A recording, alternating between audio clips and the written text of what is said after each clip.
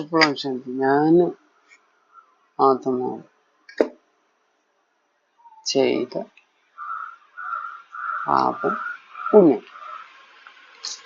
ഞാൻ ആത്മാവ് ചെയ്ത പാപവും പുണ്യം അതിന്റെ ആധാരത്തിലാണ് ഓരോ ആത്മാവിന്റെ ഇപ്പോഴത്തെ കർമ്മങ്ങൾ നടക്കുന്നത്. ഇതിനെയാണ് മാറ്റുന്നത്. ഉദാഹരണത്തിന് പറയുകയാണെങ്കിൽ ഒരാൾക്ക് ഒരു ആക്സിഡന്റ് പറ്റി കാല് മുറിഞ്ഞു, കൈ മുറിഞ്ഞു. ഈ കാലും കൈയും ഉപയോഗിച്ച് നല്ല സ്ട്രോങ് ആയി ഉപയോഗിക്കുമ്പോൾ മാത്രം ചെയ്യുന്ന കർമ്മമായിരുന്നു അതുവരെ ചെയ്തിട്ടുണ്ടായിരുന്നു. ആള് മരണപ്പെട്ടിട്ടില്ലല്ലോ. ഓവർകം ചെയ്ത് 1 വർഷം 2 വർഷമൊക്കെ എടുത്തൊക്കെ സെറ്റായി. പക്ഷെ വെപ്പുകാലോ അല്ലെങ്കിൽ വെപ്പുകൈയോ വെച്ചിട്ട് പിന്നെ ആ കർമ്മം ചെയ്യാൻ പറ്റില്ല. അതുവരെ ചെയ്തിരുന്ന ആ കർമ്മം ചെയ്യാൻ പറ്റില്ല. അപ്പോഴാണ് എടുത്ത കുറേ അവയവങ്ങളുണ്ടല്ലോ, വലത്തെ കൈയാണ് പോയി നിൽക്കുക. ചെയ്ത കർമ്മത്തിന്റെ ആധാരത്തിൽ അത് പോയി. ഇടത്തെ കാലോ വലത്തെ കാലോ പോയി എങ്കിൽ വെപ്പുകാലം. പിന്നെ ഒരുപാട് സെറ്റപ്പുകളുണ്ടല്ലോ, അതൊക്കെ നമുക്ക് പല വിധത്തിൽ കിട്ടി. 1 കൊല്ലം കഴിഞ്ഞ് പിന്നെ ആ ജോലി ചെയ്യാൻ പറ്റില്ല, ആ കർമ്മം ചെയ്യാൻ പറ്റില്ല. കാരണം ആ കർമ്മം ചെയ്യണമെങ്കിൽ ഇത് സ്ട്രോങ് ആയിട്ടുണ്ടെങ്കിൽ മാത്രമേ പറ്റുള്ളൂ. തീർച്ചയായിട്ടും കർമ്മ മേഖല മാറുന്നത്. തീർച്ചയായിട്ടും കർമ്മ മേഖല മാറും. കാരണം ഇല്ലാതെ, കർമ്മ മേഖല മാറാതെ അവർക്ക് പിന്നെ ജീവിതമാണല്ലോ. കുടുംബം കാര്യങ്ങളൊക്കെ ഉണ്ടെങ്കിൽ അവരൊക്കെ പോറ്റണമെങ്കിൽ, ഇനിയിപ്പോൾ കുടുംബം കാര്യങ്ങളൊന്നും ഇല്ലാന്ന് വെക്കുക, അവനവന്റെ തടി മാത്രം നോക്കിയാൽ മതി. ആ തടി നോക്കണമെങ്കിലും എന്തെങ്കിലും കർമ്മം ചെയ്തേ തീരും. അപ്പൊ അതിന് വേണ്ട കാര്യങ്ങൾ എന്തോ ആവട്ടെ. ഒരു നേരത്തെ അന്നം കഴിക്കണമല്ലോ. ഏറ്റവും ചുരുങ്ങിയത് ഒരു നേരത്തെ അന്നെങ്കിലും കഴിച്ചല്ലാതെ ഒരാൾക്ക് ഓവർകം ചെയ്യാൻ പറ്റില്ല. ഏറ്റവും ചുരുങ്ങിയത്. അത് 7 ദിവസം വരെ ഭക്ഷണം കഴിച്ചിട്ടില്ലെങ്കിലും ജീവിക്കാമെന്നാണ് പല ശാസ്ത്രങ്ങളും പറയുന്നത്. കഴിയും. ഭക്ഷണം കഴിക്കാതെ 7 ദിവസമൊക്കെ നമുക്ക് കഴിയും. പക്ഷെ 7 ദിവസത്തിൽ കൂടുതൽ എങ്ങനെ ഭക്ഷണം കഴിക്കാതെ വെള്ളം കുടിക്കാതെ അങ്ങനെയൊന്നും ജീവിക്കാൻ പറ്റില്ല. അതിന് വേണ്ട രീതിയിലൊക്കെ കൊടുക്കണം. ശരീരം നിലനിൽക്കാൻ വേണ്ട രീതിയിലുള്ള ഭക്ഷണം കാര്യങ്ങൾ. ബാബ തന്നെ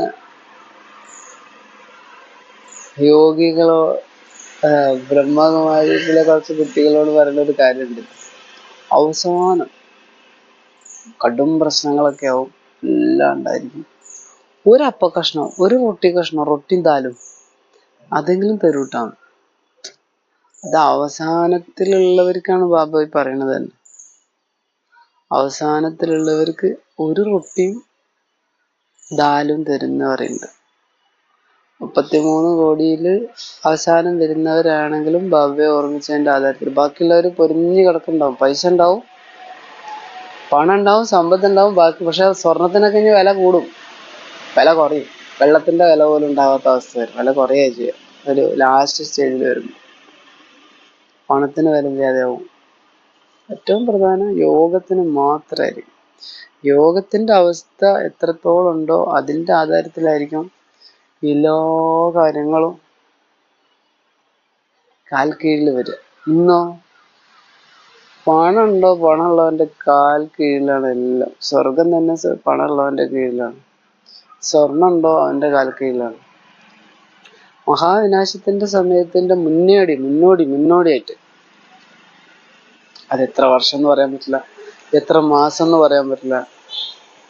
ഡ്രാമയിൽ ഫിക്സ് ചെയ്ത പോലെ ഇരിക്കും. പക്ഷെ യോഗം, നന്നായി യോഗം ചെയ്തിട്ടുള്ള വ്യക്തികളെ സംബന്ധിച്ച് അവർക്ക് എല്ലാ സംഭവങ്ങളും കൂടെ ഉണ്ടാവും. ഒന്നിനും കുറവുണ്ടാവില്ല.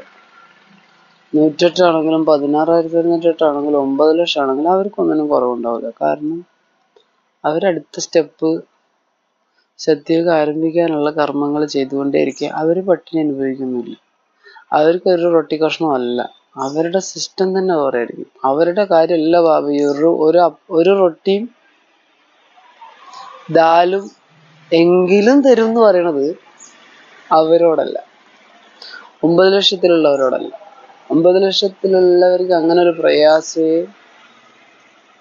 ആ സമയത്ത് ഉണ്ടാവില്ല.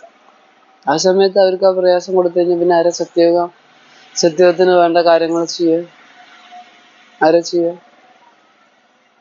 ലാസ്റ്റിലുള്ളവർക്ക്, ഈ 33 കോടിയിലെ ലാസ്റ്റിലുള്ളവർക്ക്, അതുവരെ ഓർമ്മിക്കാതെ അതുവരെ സ്കിപ്പ് ചെയ്ത് പോയ വ്യക്തിനെ ദേവതയാക്കണം എന്നുണ്ടെങ്കിൽ ഗ്രാമാനുസരണം അങ്ങനെ ചെയ്തേ തീരൂ. അങ്ങനെ ചെയ്തേ തീരുമെന്ന് അത് കർമ്മത്തിന്റെ ആധാരത്തിൽ അങ്ങനെ ആയി തന്നെ ആവും. അപ്പൊ അതിലൊരാളാവാൻ നമ്മൾ നിയോഗിക്കപ്പെട്ടിട്ടുണ്ടെങ്കിൽ ആവട്ടെ, ഓവർകം ചെയ്യണമെന്ന്. 33 കോടിയിലെ ലാസ്റ്റിലാണ് ഇപ്പൊ ഞാൻ വരുന്നുണ്ട്. എനിക്കും ഡ്രാമ അനുസരണം അവസാനം ഒരു റൊട്ടി കഷ്ണം ഒരു ദാലും മാത്രമേ കിട്ടുന്നുള്ളൂ. സഹിക്കണം, ഞാനത് സഹിക്കണം, ഞാനത് തിരിച്ചറിയണം. അത് ഞാൻ ചെയ്തു വെച്ച കർമ്മത്തിന്റെ ആധാരത്തിൽ ഞാൻ 33 കോടിയിലെ അവസാനത്തിലാണ്. അതിന്റെ ആധാരത്തിലാണ് എനിക്ക് ഇന്ന് ഇങ്ങനെ ലഭിക്കുന്നത്. സന്തോഷപൂർവ്വം സ്വീകരിക്കണം. സന്തോഷത്തേക്കാൾ വലിയ ടോണിക്ക് വേറില്ല. അത് സന്തോഷത്തോടെ സ്വീകരിക്കണം. കാരണം അവിടെ ഉള്ളവർക്കും ദിവ്യബുദ്ധി ഉണ്ടാവും. സോണത്ത് ദിവ്യബുദ്ധി അവിടെ തെളിയും. 5000 വർഷത്തെ ഡ്രാമയാണ്. ബാബ എന്നോ നോട്ടീസ് തന്നിട്ടുണ്ടായിരുന്നു. ബാബ പല വിധത്തിലും ഈ കാര്യം പറഞ്ഞു തന്നിട്ടുണ്ടായിരുന്നു. ഒരുപാട് പരീക്ഷണങ്ങൾ വന്നിട്ടുണ്ടായിരുന്നു. എന്തൊക്കെ പരീക്ഷണം ഉണ്ടായിട്ടും ഞാൻ ശരിയായ വിധത്തിൽ ബാബയെ ഓർമ്മിക്കാത്തതിന്റെ ആധാരത്തിൽ എനിക്ക് കടുത്ത പരീക്ഷണങ്ങൾ, അതിന്റെ എക്സ്പെരിമെന്റുകൾ, അനുഭവങ്ങൾ വന്നതാണ്. അതിന്റെ ആധാരത്തിലാണ് എനിക്ക് അവസാനം ഒരു റൊട്ടി കഷ്ണമെങ്കിലും ലഭിക്കാനുള്ള കാരണം.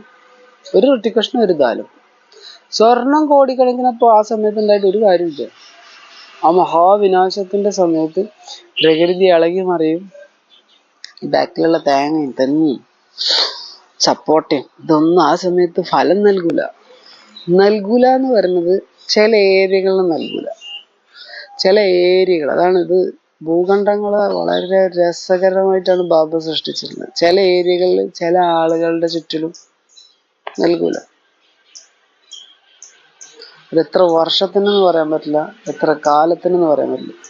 ഒരു ഉദാഹരണം പറയുകയാണെങ്കിൽ ഇപ്പൊ ഗാസ, കണ്ണുകൊണ്ട് കാണുന്നതാണ് സംഭവം. ഗാസ, ഹമാസും ഈ നമ്മുടെ ഇസ്രായേലും തമ്മിലുള്ള യുദ്ധം കാര്യങ്ങളും അതിന്റെ ആധാരത്തിൽ അവിടെ നടന്ന ബോംബ് പൊട്ടിയതും അവിടുത്തെ കെട്ടിടങ്ങൾ നശിച്ചതും ഒക്കെ ആയിരുന്നു.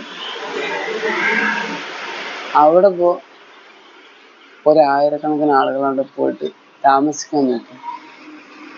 ആ മണ്ണില് വെള്ളമില്ല, പ്രകൃതിയിൽ നിന്ന് ഒരു വിഭവം കിട്ടാത്ത അവസ്ഥ. കാരണം അത്രയും ബോംബ് പൊട്ടിക്കഴിഞ്ഞു. സാധാ ബോംബാണ്, ഇനി പൊട്ടാൻ കിടക്കുന്നത് അണുബോംബുകൾ. അണുബോംബൊക്കെ പൊട്ടിക്കഴിഞ്ഞാലുള്ള അവസ്ഥ എന്താണെന്നറിയാം. അത് കഴിഞ്ഞാൽ പിന്നെ പ്രകൃതിയുടെ ദുരന്തം അത് വേറെ. വെള്ളപ്പൊക്കാണെങ്കിലും ഈ അഗ്നി താണ്ഡവാണെങ്കിലും ഇതൊക്കെ കഴിഞ്ഞു കഴിഞ്ഞാൽ അതാത് പ്രദേശങ്ങളിൽ ഇട്ടാ എല്ലായിടത്തും കൂടെ ഒരുമിച്ച് വിനാശം നടക്കുന്നില്ല. അവിടങ്ങളിൽ സംഭവിക്കുന്ന ഒരു വലിയ വിഷയം എന്തായിരിക്കും എന്നുള്ളത് ശരിക്കും ഓരോരുത്തരും ദിവ്യബുദ്ധി ഉപയോഗിച്ച് കണ്ടു നോക്കണം. ഇപ്പൊ ഉദാഹരണം പറയുകയാണെങ്കിൽ നമ്മുടെ കേരളം എടുക്കുകയാണെങ്കിൽ മുല്ലപ്പെരിയാർ പൊട്ടും. മുല്ലപ്പെരിയാർ പൊട്ടിക്കഴിഞ്ഞാൽ എത്ര സംസ്ഥാനങ്ങൾ ബാധിക്കും? എത്ര ജില്ലകളെ ബാധിക്കും? ആ ജില്ലകളെ ബാധിച്ചതിന്റെ ആധാരത്തിൽ അത് ഓവർകം ചെയ്യാൻ എത്ര സമയം എടുക്കും? എത്ര വർഷം എടുക്കും? വയനാട് ദുരന്തം അത്യാവശ്യം കുഴപ്പമില്ലാത്തൊരു ദുരന്തമാണ് സംഭവിച്ചത്. അത് ഓവർകം ചെയ്യാൻ എത്ര സമയം എടുക്കും? കേന്ദ്ര ഗവൺമെന്റിൽ നിന്ന് കൈനീട്ടി കോടികൾ കൊടുത്തില്ല, എന്തോ ഇതവിടെ ഇവിടെയൊക്കെ ഉള്ളതുകൊണ്ടല്ലേ പിന്നെയും കുറച്ചെങ്കിലും റിക്കവർ ചെയ്തു വരുന്നു. ഇങ്ങനൊന്നും ഇല്ലാത്ത അവസ്ഥകൾ വരും കേന്ദ്രത്തിലും കേരളത്തിലും സാധാരണ ജനങ്ങളുടെ അടുത്തും ഒക്കെ. അവനവന്റെ കാര്യത്തിന് വേണ്ടിയിട്ടുള്ളത് മാത്രമുള്ളൊരവസ്ഥ വരും. ഒട്ടും പരീക്ഷണം വരാൻ പോകും. ഒട്ടും പരീക്ഷണം ചെറുതൊന്നുമല്ല. നല്ല ദിവ്യ ബുദ്ധി ഉപയോഗിച്ചിട്ട് മനസ്സിലാക്കണം. ആ സമയത്ത് കൂടെ ഉണ്ടാവുന്ന ഒരൊറ്റ ആളേ ഉള്ളൂ. ഭൂമിയല്ല, ശരീരമല്ല, പരമാത്മാവ്. പക്ഷെ ആ സമയത്ത് പിടിച്ചിട്ട് പരമാത്മാവേ പരമാത്മാവേ ഓടി വരൂ ഓടി വരൂ എന്നെ ഒന്ന് രക്ഷിക്കൂ, പരമാത്മാവേ പരമാത്മാവേ ഓടി വരൂ എന്നെ ഒന്ന് രക്ഷിക്കൂ എന്ന് പറഞ്ഞാൽ കിട്ടൂല. കാരണം ഒരുപാട് കാര്യങ്ങളിൽ ലോക്കായി കിടക്കുന്ന വ്യക്തികൾക്ക് അതാത് ലോക്കുകൾ, ചിലര് കുടുംബം കൊണ്ടായിരിക്കും, ചിലര് വലിയ വലിയ ഉത്തരവാദിത്തങ്ങൾ, വേറെ വേറെ ഉത്തരവാദിത്തങ്ങൾ കൊണ്ടായിരിക്കും. അങ്ങനെ പല കാര്യങ്ങളിലും ലോക്കായി കിടക്കുന്ന വ്യക്തികൾക്ക് ഇതൊന്ന് ഓവർകം ചെയ്യാൻ ഭയങ്കര പ്രയാസമായിരുന്നു. നോർമലി അതാണ് ബാബ എപ്പോഴും പറയും, നിങ്ങൾ എന്ത് വാങ്ങിക്കുമ്പോഴും ഒരു ഇടത്തരം ഉപയോഗിക്കണം. വളരെ നല്ലതും ആവരുത്, വളരെ മോശമാവരുത്. ഈ കൂളിംഗ് ഗ്ലാസ് കംപ്ലൈന്റ് ആയി എന്ന് വിചാരിക്കാം, ഇതങ്ങോട്ട് എടുത്താൽ എറിയുന്നത്. കാരണം ഭയങ്കര വില ഉള്ളതല്ല, ഇന്ന് വളരെ മോശമല്ല. ബാബ പറഞ്ഞിട്ടുള്ള സിസ്റ്റങ്ങൾ കുറേയൊക്കെ നമ്മൾ അനുസരിക്കണം, കുറേയൊക്കെ അനുസരിക്കണം. അനുസരണ എന്ന് പറഞ്ഞാൽ അതൊരു ഗുണമാണ്. ബാബ പറഞ്ഞ കുറെ കാര്യങ്ങളാണ് പ്രധാനമായിട്ട് അനുസരിക്കേണ്ടത്. കാരണം ഇത് സംഗമയുഗമാണ്. ഈ സംഗമയുഗത്തിനെ ഓവർകം ചെയ്യാൻ ബാബ പറഞ്ഞ കുറെ മുത്തുകളുണ്ട്. ആ മുത്തുകൾ ശരിക്കും ഉപയോഗിച്ചു കഴിഞ്ഞാൽ സിമ്പിളായിട്ട് പാസ്സാവാം. ഇന്ന സിമ്പിൾ ഒന്നല്ല, ഹമ്പിൾ തന്നെയാണ്, വളരെ ഹമ്പിൾ തന്നെയാണ്. പക്ഷെ അങ്ങനെ പാസ്സായി തന്നെ ആവണം. അപ്പോഴേ നമ്പർ പ്രകാരം കാറ്റഗറി ആവുള്ളൂ. അപ്പൊ ഓരോരുത്തർക്കും ഓരോ പരീക്ഷണങ്ങൾ. ബ്രഹ്മാവിന്റെ അതേ പരീക്ഷണം ബാക്കി ആർക്കും വരില്ല. മമ്മയ്ക്ക് കിട്ടിയ അതേ പരീക്ഷണം ബാക്കി ആർക്കും വരില്ല. അത് അവരെ ഏറ്റെടുത്തു. 108ന്റെ പരീക്ഷണം ബാക്കിയുള്ളവർക്ക് വരില്ല. 16,108ന്റെ പരീക്ഷണം അതിന്റെ താഴത്തുള്ളവർക്ക് വരില്ല. പക്ഷെ വരുന്ന പരീക്ഷണങ്ങളെ നമ്മൾ തന്മയത്വത്തോടുകൂടി ഹാർട്ടിലി സ്വീകരിച്ച് സ്വയത്തിന്റെ ചേഞ്ച് വരുത്തുമ്പോൾ പാർട്ട് കിട്ടും. എല്ലാവർക്കും നല്ല പാർട്ട് കിട്ടട്ടെ. ട്രിപ്പിൾ ഓം ശാന്തി.